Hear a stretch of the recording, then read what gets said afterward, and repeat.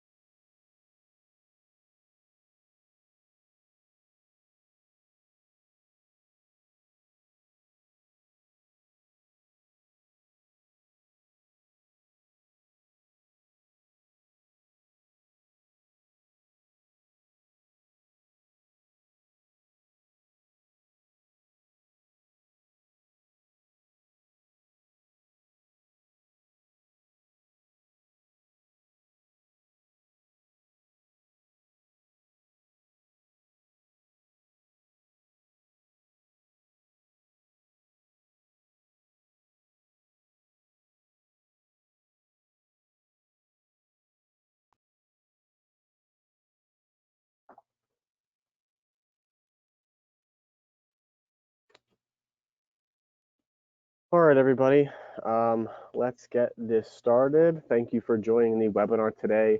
For those of you guys that don't know me, my name is Alex Lepore. I'm the sales manager over here at Fortress Power. A few notes before we get started. Want to let everybody know that we will have this PowerPoint and the recording of this webinar sent out afterwards. Don't feel like you have to scramble to jot down any notes or anything like that. And after the webinar, you should plan around 40 to 45 minutes, and then we'll do a quick 10 to 15 minute Q&A thereafter for any outstanding questions, things like that. The question tab on the webinar will be right on your panel. Turn up my thing. And if there are any questions, feel welcome to put them in there during the presentation, and I will check in after the presentation, and we can go over them too as well. So without further ado, let's get started. So before we jump into the meat and potatoes of this webinar, I'm going to go a little about who we are at Fortress Power and what we do. So we're a lithium iron phosphate battery manufacturer focused on residential and commercial applications. We were founded in 2016. We're based right outside of Philadelphia, Pennsylvania, in Southampton. We're owned by a group of investment bankers and solar veterans. And as you can see here on the right-hand side, this is our warehouse. So it's a 30,000 square foot facility. This is where we do a lot of the research and development, sales and logistics. And we also have two other warehouses, one down in Texas and the other in Florida. Cool thing about Fortress is that we've done installs all over the world. So obviously here in the continental US, Canada, the Central Caribbean, South America, Europe, the Middle East, and Africa. So we are all over the place, especially with all this demand for lithium batteries. We're the key lithium battery supplier for SEPTA, which is a local railway company right outside of Philadelphia and down in the city of Philadelphia. Hydro-Quebec, which is a Canadian utility company using a few of our e-flexes. And then the Navajo Reservation, we're supplying e-vaults for the Navajo Reservation, I think in the Midwest, in the South as well. So we're seeing batteries, especially over the past 2 to 3 years, really exponential growth. I'll be touching base on that in the next few slides too. So what are we going to be talking about today? First thing, I'm going to go over some market trends. Where have batteries been versus where are they going? I'll go over some lithium deployment applications, how you can use a battery, and then talking about adding storage to your business, and then talking about some different tips for selling a battery as you add it on to your proposals to your customers, and then lastly, the support that we can help out with at Fortress Power.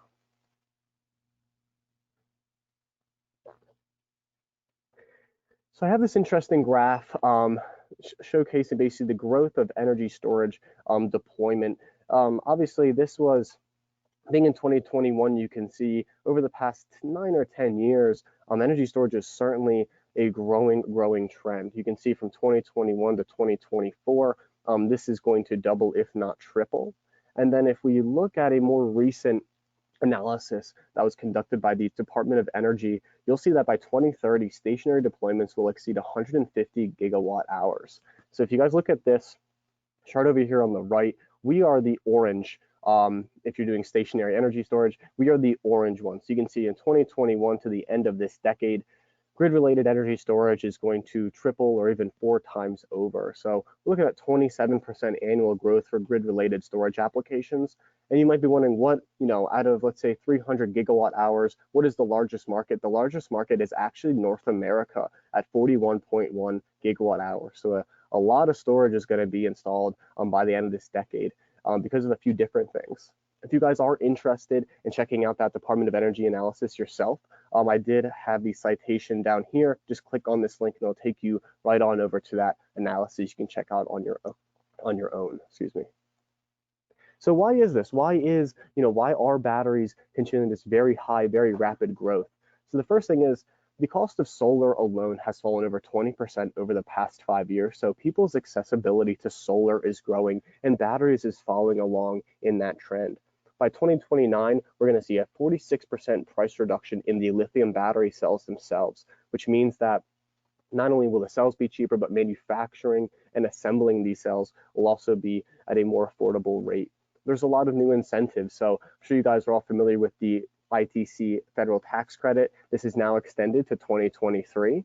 And there's a lot of statewide incentives that are also pushing for more battery deployments like SCHIP in California, GMP in Vermont. There's a lot of rebate programs that vary per state.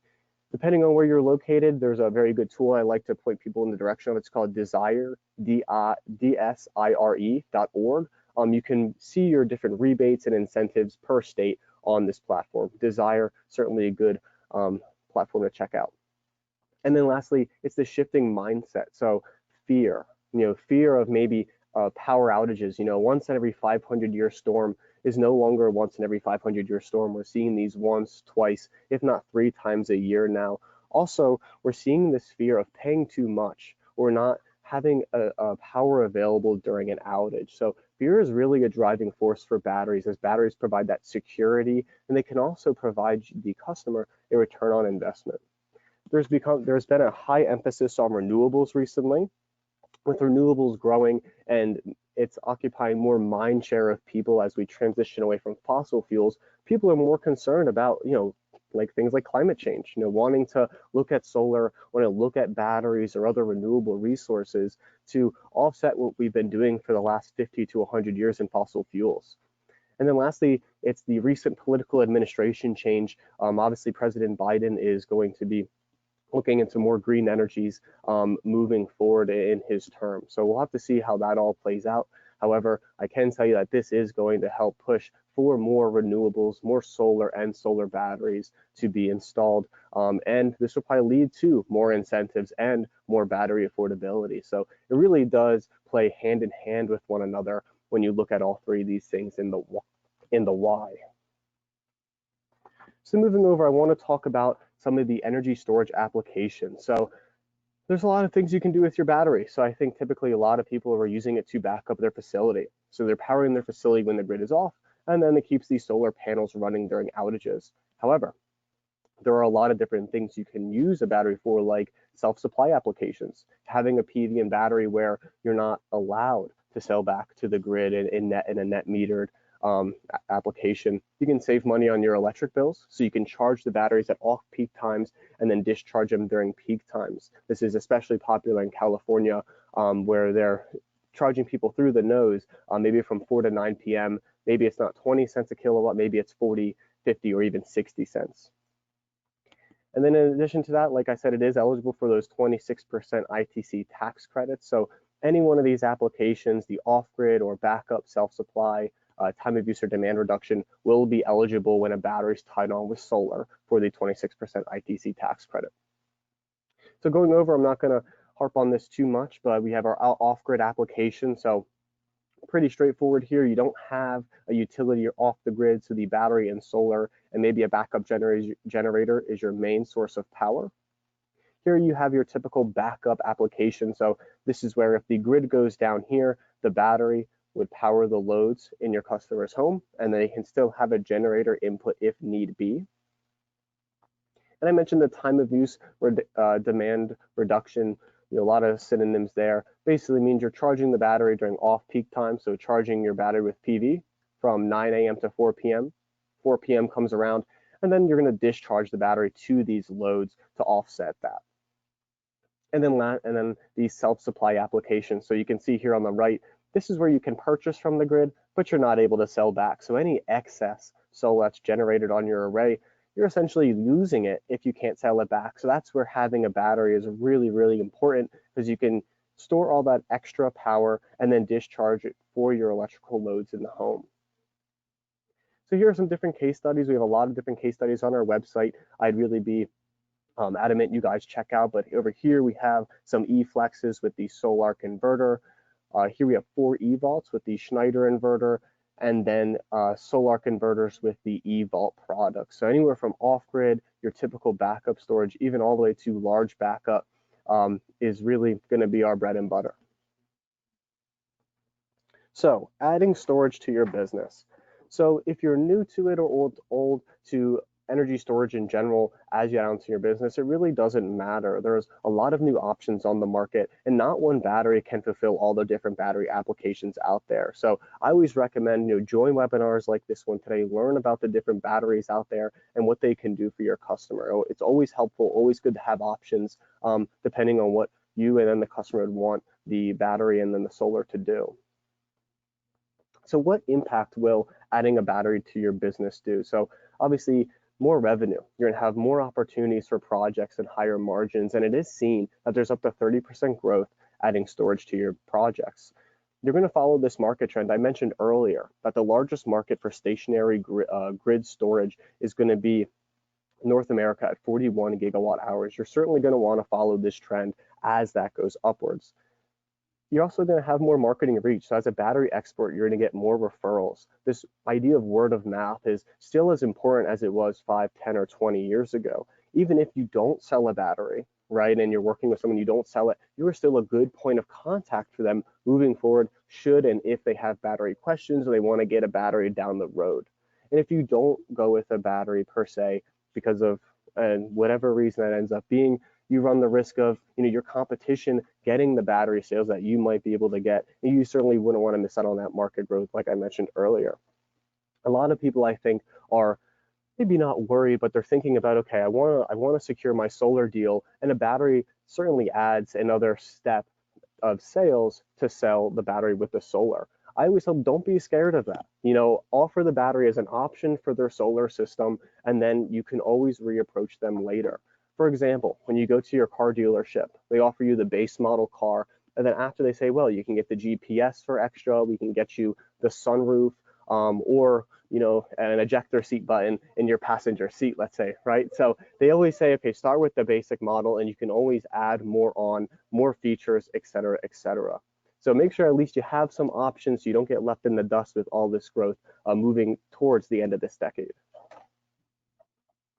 So getting started, what do you need as you go out and you're wanting to start quoting some battery projects? Great. What do you need to get started? First thing you're going to do, typical site visit. So you're going to go to your site, you're going to talk with your customer, figure out the proper solar array size that you think would work with their customer. Ground mount, roof mount, is this going to be facing south, maybe southeast? What does the layout of your solar array look like? Next thing you want to do is find out the backup load profile or the specific application that your customer would use this battery for.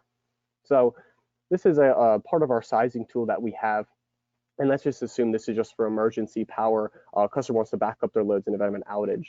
Essentially what you do is you select the load to be moved from your main panel to the backup load panel, calculate the daily usage of that backup load panel, select the proper battery bank size for that backup load panel, then you can estimate the daily available power and then size that battery to back up those loads on that backup panel for 2, 4, 6, or 8 hours. Now, granted, get up into 8 hours of backup, the customer will require a fairly large battery.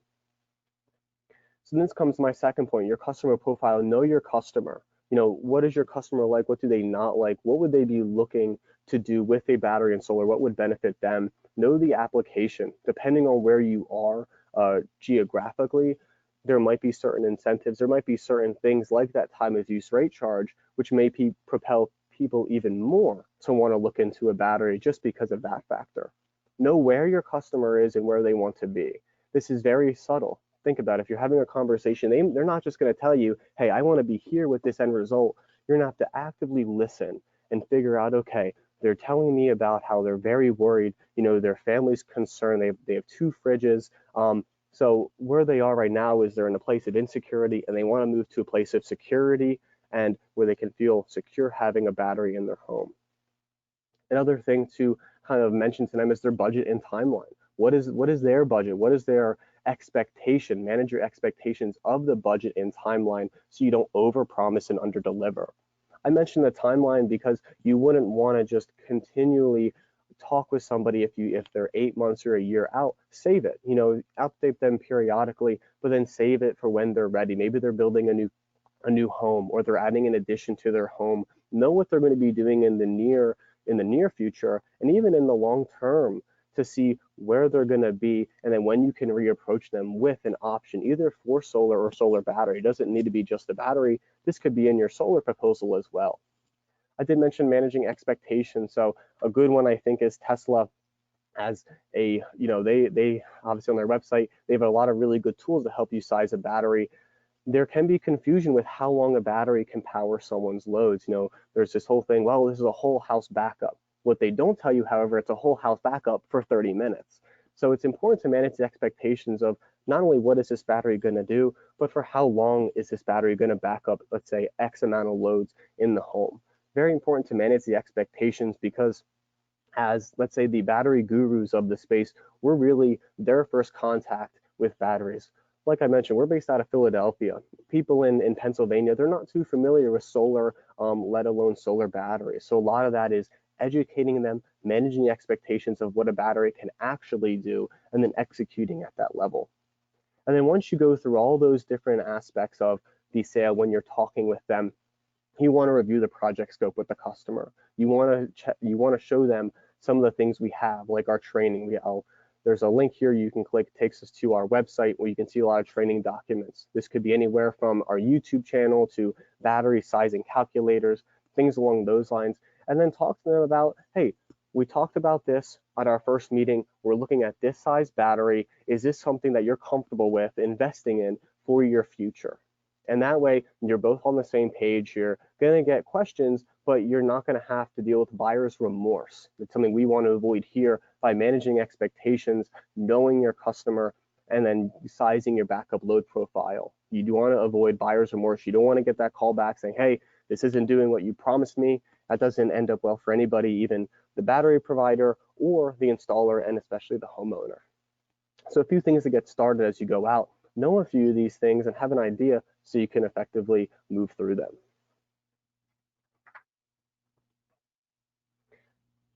So some quick tips on selling storage. So keys to success. I like these key words over here to use: payback, security, safety, value, longevity.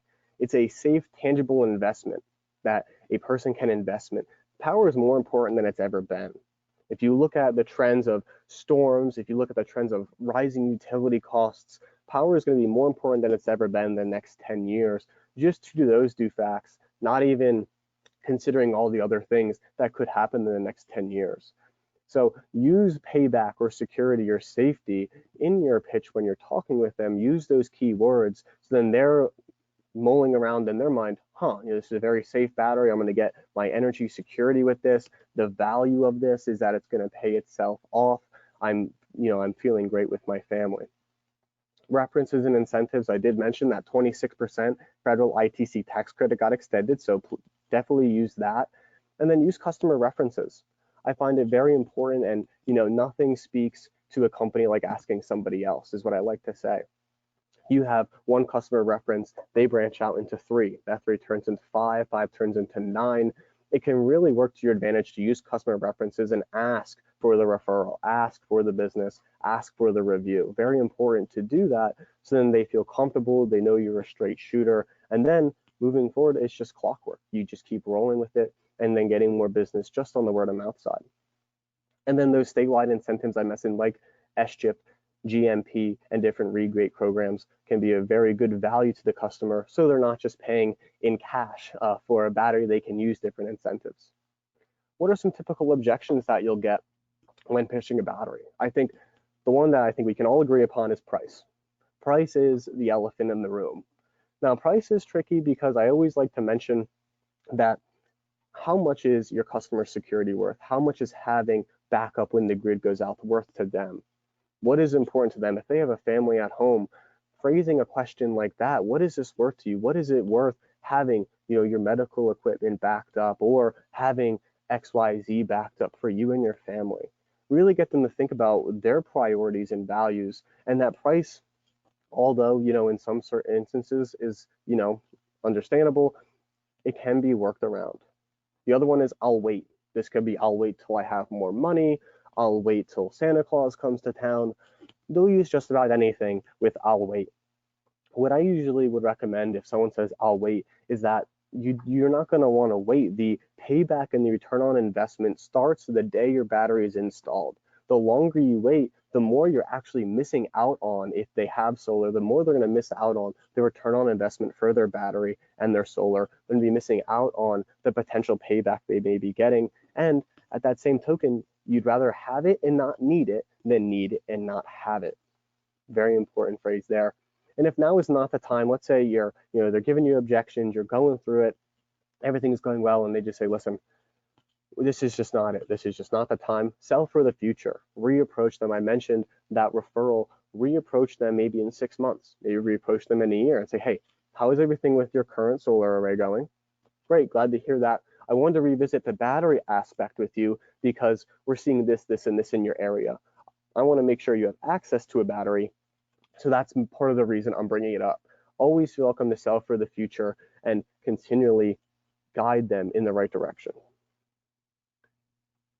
We do have different financing options here at Fortress Power. So, it's very hard to pay $20,000 for a battery. So you can use LoanPal, Sunlight Financial, Enerbank, Lightstream, or Mosaic, or even SunGage Financial as different financial options or platforms where your customer can get financing options.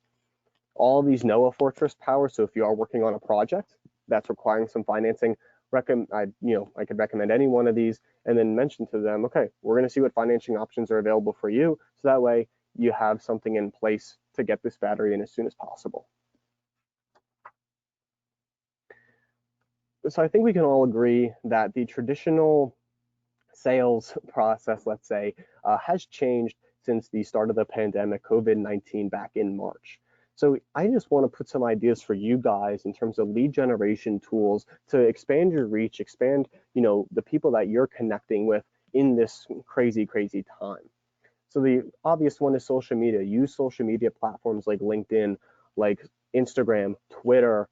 I was personally did not think that it would make that big of a difference. And alas, I have been shown the light. Social media is a fantastic tool to connect with different people, show off the projects that you're doing, use them as case studies, get referrals, and put them on social media. One of the biggest tools, if not the biggest tool, will be social media for you guys. Google My Business, another good one. There's third-party lead generation services like Exact Data that can get you a list of people, maybe in a certain area, that face a similar problem that you can attack and start getting those touches out. Cold calls are not dead, y'all. Everybody says that cold calls are dead. Cold calls are still very much so alive and well. I think the way cold calls are done are different now, but that does not mean they're done.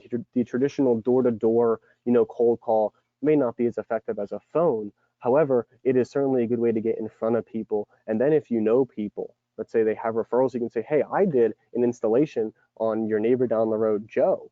Joe would have mentioned that, a Fortress Power battery would be a good investment. So don't be afraid to get into cold calls. People think that they're dead, but personally, I don't think that they are. The referral word of mouth is certainly a big aspect. Depending on the geography in which you live, I mentioned there's different applications area like off-grid, time of use, self-use, backup.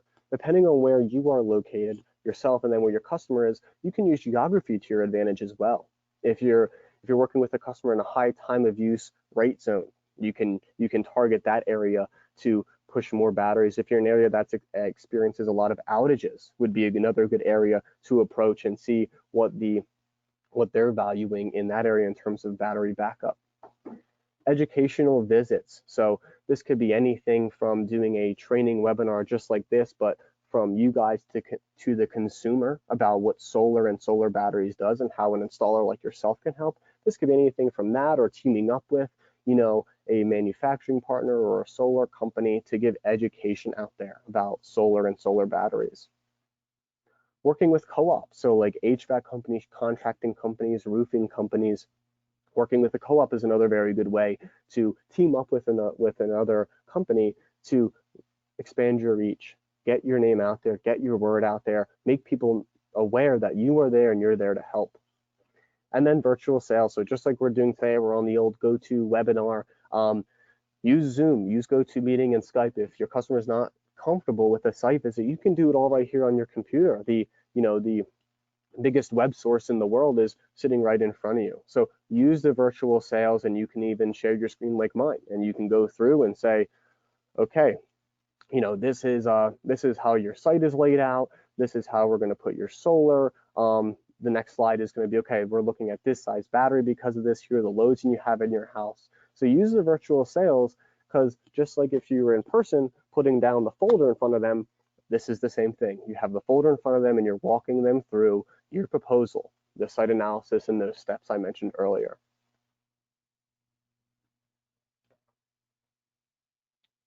Since some of the services we can help out with here at Fortress Power is that we have a hands-on management team, personalized client relations, and co-marketing support and leads that we can help out with. Design and installation support is very, very important. We can help you and help the homeowner understand what size battery, what inverter would be a very good fit for you, what's going to make you happy. We have on-site technical support available. So for those first timers installing Fortress, we do have on-site technical support, whether you're commissioning a battery or just wanting to make sure that your parameters are set correctly. And we can do drop shipments at request, so you don't feel like you need to ship it to a terminal and pick it up at a terminal. We can drop shipment. I did put this training link here. You can just go to fortresspower.com and training links. I put it on here as well. So when you get this PowerPoint, you can go to our training links. This has, I think, 5 links you can check out, anywhere from sizing, sales, and our YouTube channel. So you can use this yourself, or you can pass along to your homeowner. Some of these homeowners, the average buyer is more educated than they've ever been. So passing along these links, maybe it's a little bit technical. Maybe that's a good thing. Maybe they really want to dive into it, understand what they're investing in. With a car, when you buy a car, you're bound to go, okay, I'm going to do the Kelley Blue Book. I'm going to see what reviews are there. I'm also going to see what I like, what I don't like about it. So if we welcome, the more information you can pass back to your customer, the better. The better informed they are, the more comfortable they'll feel with investing in you, investing in Fortress, and investing their time to go through with a solar and solar battery install. So after all that, this is our line card, let's say. So we have the LFP10 and the 5. This is our first model. These are just very easy to install, reliable batteries with superior safety and a low cost per cycle. Now, if we look at the 2 models here, the eVault 18.5 and the eFlex 5.4, these are our 2 flagship products at the moment. So eVault is a smart BMS.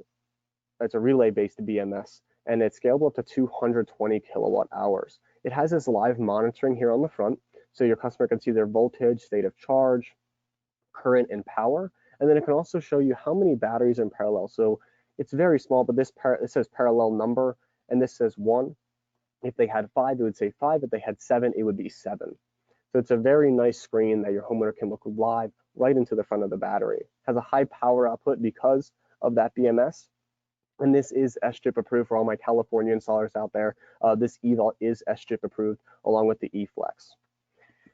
Now the eFlex is one of our newer products. This is a more modular option that you guys can pitch for smaller projects that maybe want to scale up. I always like to say the eVault may make sense for off-grid projects, right? One large battery, no fuss, no muss. You're able to save money and time on labor and balance the systems costs. Now the eFlex is more modular. Maybe they want to start small and go larger. It has a more flexible sizing. It is weather resistant, so it comes with an IP65 aluminum rated enclosure. So this is indoor or outdoor rated, and it also will have Wi-Fi remote monitoring. It has cell to pack technology. This data communication is also important. This has closed loop communication with the Schneider and Solar brands, and we're testing with a few other inverter companies as well. This is just for the eFlex. The eVault does not have that yet. However, we are testing for that. So for those of you requiring or wanting to look into something with closed loop communication, I would certainly recommend this eFlex. Another neat thing about the eFlex is that it is indoor and outdoor rated, like I mentioned, and it can be installed on the floor, on the wall, or even like in a standard, 24-inch shelf rack. So it's a little corny, but eFlex, very flexible with where you can install it and how you can install it. So whether it's a large project, maybe large residential, small commercial, you have the eVault for anything small residential that you're considering where it's more modular, or you have space constrictions, the eFlex would be a good option for you in that scenario. And then lastly, compatible inverters. So we are compatible with most of the 48-volt chargers and inverters on the market. So if you are designing a project and you want to ask us, hey, what inverter would you recommend? There are a lot of these that have their own respective pros and cons. So Solar, Schneider, Outback, Magnum, SMA, Victron, Morningstar, and Midnight. A lot of options for you guys there, depending on what you like or don't like, or whatever has fit into your business model. As in now, we do have that compatibility with. I did mention we had the closed loop communication with Schneider and Solar, and SMA is also on that list, and I believe Victron is too. I believe they're testing for Victron, they being my engineering team. And then lastly, I wanted to pass along our webinar and vlog schedule. So I want to thank you guys all here for joining this one today. We are hosting one on February 4th. I believe that's in 2 weeks for battery sizing for behind the meter applications. You can register right in this link right here, or check out all of our events at fortresspower.com/Fortress Power events. We have weekly vlogs, weekly case studies, weekly trainings, tips, things like that, where we go live as well. Check out our channels. We have a Twitter and all that fun stuff, or have your homeowner check it out. If they want to feel a little bit better about going with a battery company, have them check out our Facebook, have them check out the case studies so they can get better acquainted with the battery that's going to be in their home. And on that note, everybody, that's all I had for you today. As mentioned, know your customer when you go out there. Have an idea of what you're going to be talking with them about, what's going to make sense for them, what application are they going to use, what is their budget. Manage the expectations of what their project looks like and how a battery is going to assist them to get to their own goal. And then at that same token, making sure that you're being as clear with them as you can about, not only yourself, but what this battery is to do, what to look out for if they choose another battery or if they choose another solar provider. All these are very important things to review. So this is my direct email. So if you guys have any other questions regarding this PowerPoint, feel welcome to shoot me over an email, or this is my direct line. We have a sales email, or for any technical support questions, tech support at fortresspower.com, or warranty questions, warranty@fortresspower.com. So that being said, I'm going to open the floor up for some Q&A, and certainly glad to help out with your questions.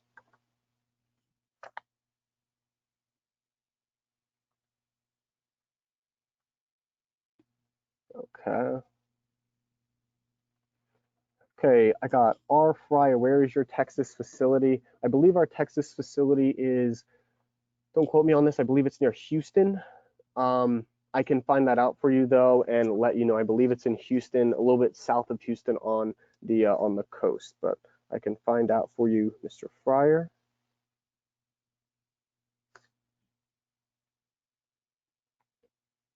Hey Jan, greetings from the United States. Hope all is going well in Poland, sir.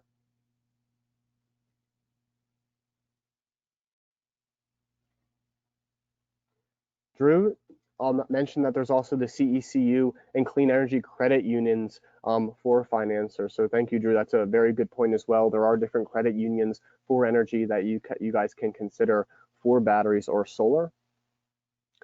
And then, Mr. Jan, we will be sending out a link of the of this webinar and then the slides of this after the fact. So you will have that. We will be sending out to the email that you put down. So please be patient with us, and then we can get this sent out for you guys. And then I have a question from Marco. I'm not going to butcher that. Marco L. So how you monetize cost per kilowatt hour, life cycles, or lifetime for payback? What you can essentially do is you can take the dollar per kilowatt hour, how much the homeowner would pay per dollar per kilowatt hour, and then multiply that for the years, either warranty or the life cycle. So that's how you can monetize it in terms of a payback. And then for like if it's a time of use situation, Marco, what you would do is you would have X amount of loads that would be offset by the battery from that 4 p.m. to 9 p.m. threshold.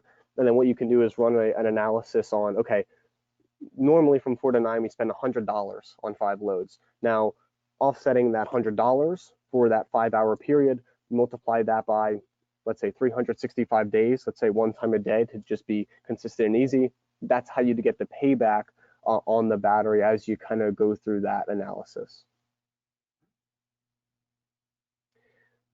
Scott Williams, events page on your website. It may just need to be updated, Scott. I'll touch base with my marketing manager. I thought it was on there, but it might just not have been updated. But thank you for that. I'll make sure that the events page has the webinar that we're hosting on February 4th page. Okay.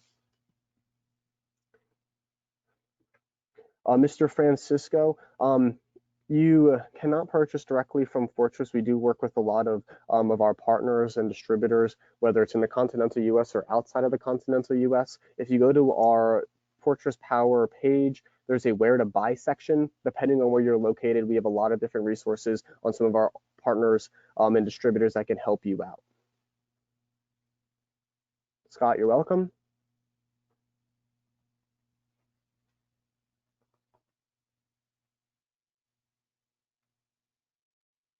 Okay.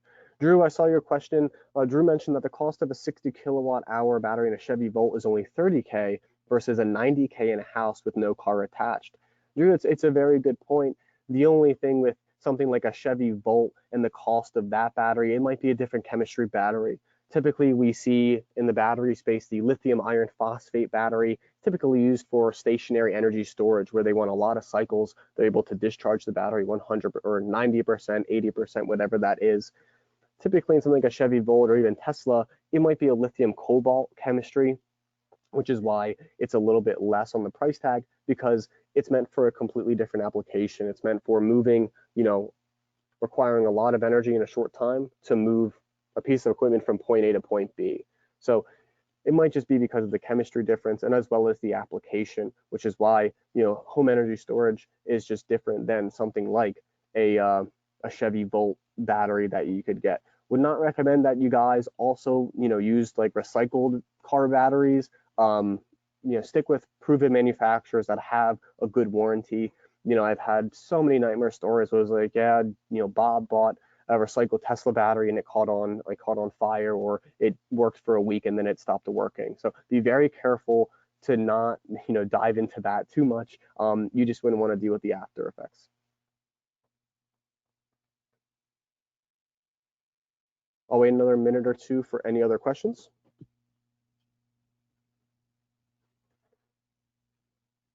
Okay, Gilbert George asked the question, is there a product for high voltage inverters, 200 to 400 volt DC? As of now, not on the Fortress side. Now, there are some other high voltage batteries out there on the market I could get you in the direction of.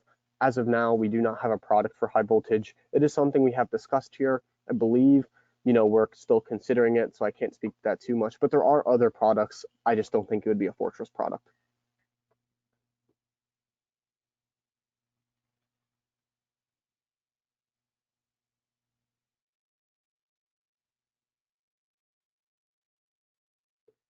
Any other questions? Bueller. Nice.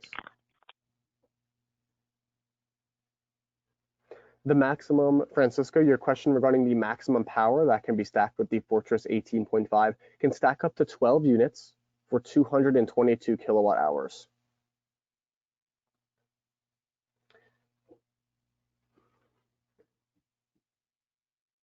Scott, your question regarding the closed loop communication with Solarc and the eVault. So I know we are in testing with that now. Unfortunately, I do not have a timeline for you. I'm kind of out of the space in that kind of way. However, we are testing for it, and we will have more information on when that test is completed.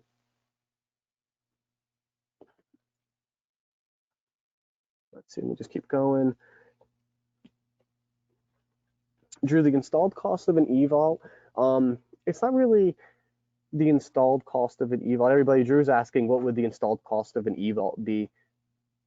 typically the e-vault's not really difficult to install. I think more of what you'll spend time and money on is installing the inverter and tying the inverter up with the solar system 9 times out of 10. Because the e-vault, if you think about it, you're going to roll that big thing into somewhere, and then you're going to pop open the knockouts and then make your connections. It's very easy to install. The installed cost would be more, I think, on the side of the inverter, as you put the inverter on, and you obviously have to make sure that's up to spec on the inverter side as well.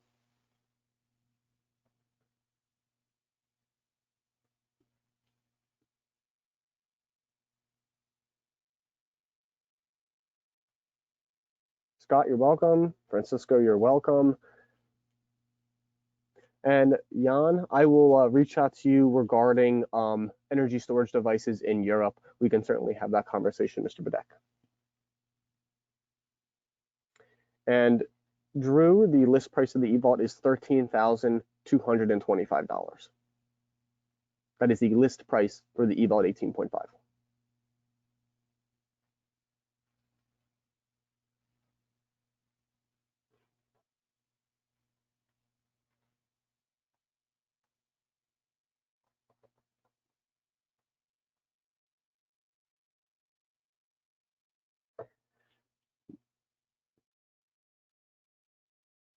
Hello, Jose. Jose is asking, is there any insight on a 24-volt battery you might have in the future?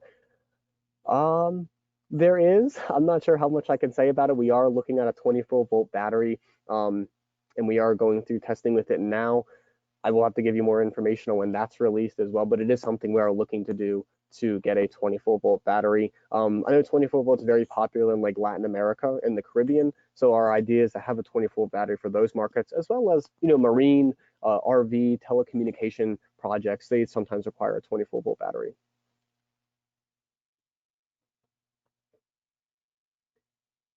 Jan, you're quite welcome. Glad to help, sir. Jose, glad to help. Thank you.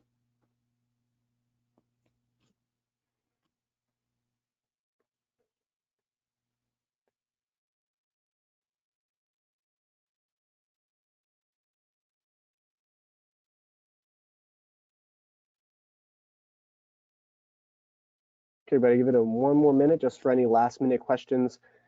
Really hope you guys really enjoyed this webinar today. Please take any sort of time to write out an email to me about your questions or projects. We're certainly glad to help out here and get you in the right direction.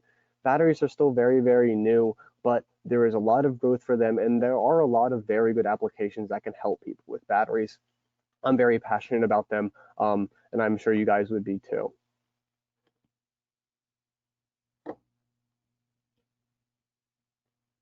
Bailey Smith, howdy. The best rule of thumb for sizing batteries to inverters.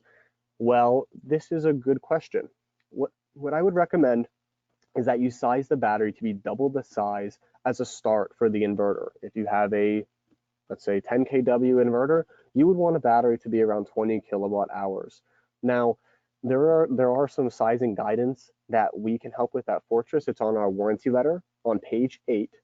Page 8 on our warranty letter, there is an inverter sizing guide that you can plug in. If you have a Schneider XW6048, how many batteries would you want as a minimum, as a start? And then you can always add more batteries. Best rule of thumb, just off the top, double the size.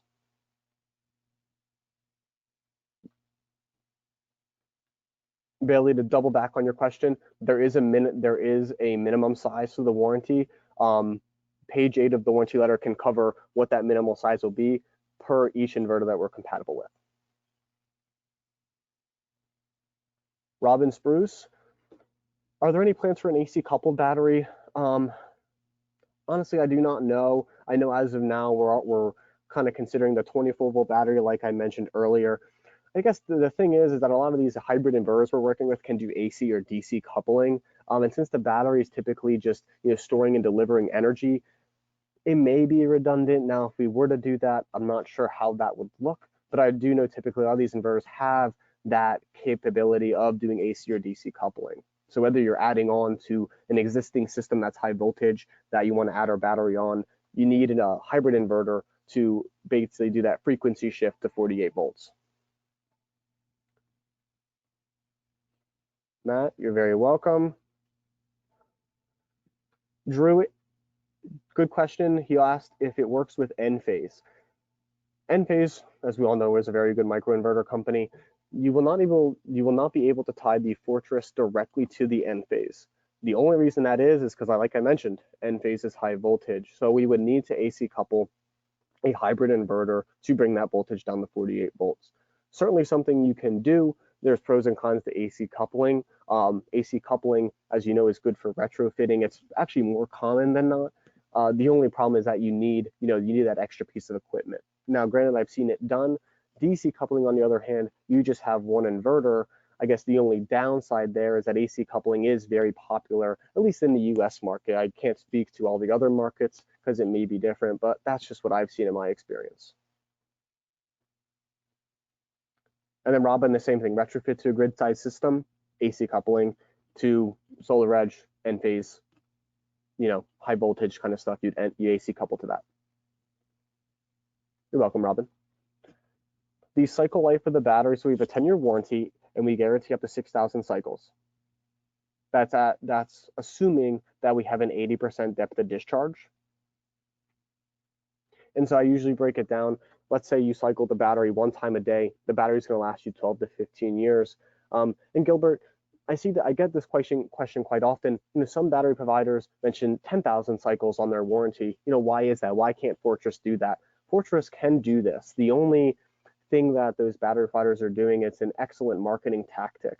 I always mention to people, if you had 10,000 cycles on your battery and you cycled it just one time a day, with like a normal battery bank, one time a day, you're looking at anywhere from 27 to 30 years on your battery bank.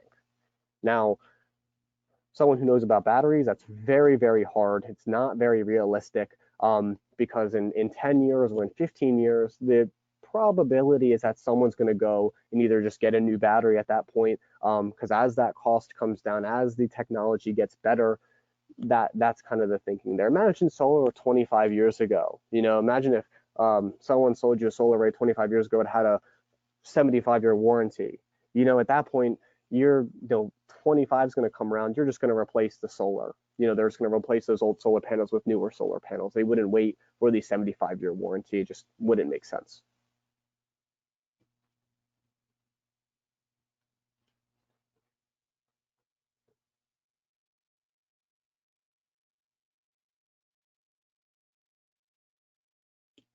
Final questions, anybody? Final questions. Got 1 minute.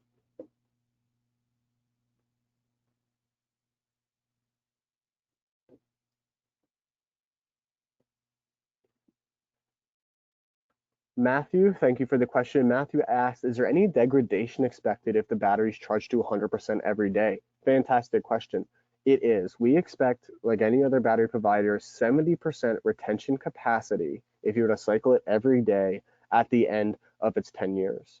So what I'm meaning by that is that you'll have 70% retained capacity of your battery after the 10 years, should they be cycling it every single day if they were on like a time of use or some other application like that. So there is degradation, just like with any other battery. Most of them are saying 70% after 10 years is pretty standard.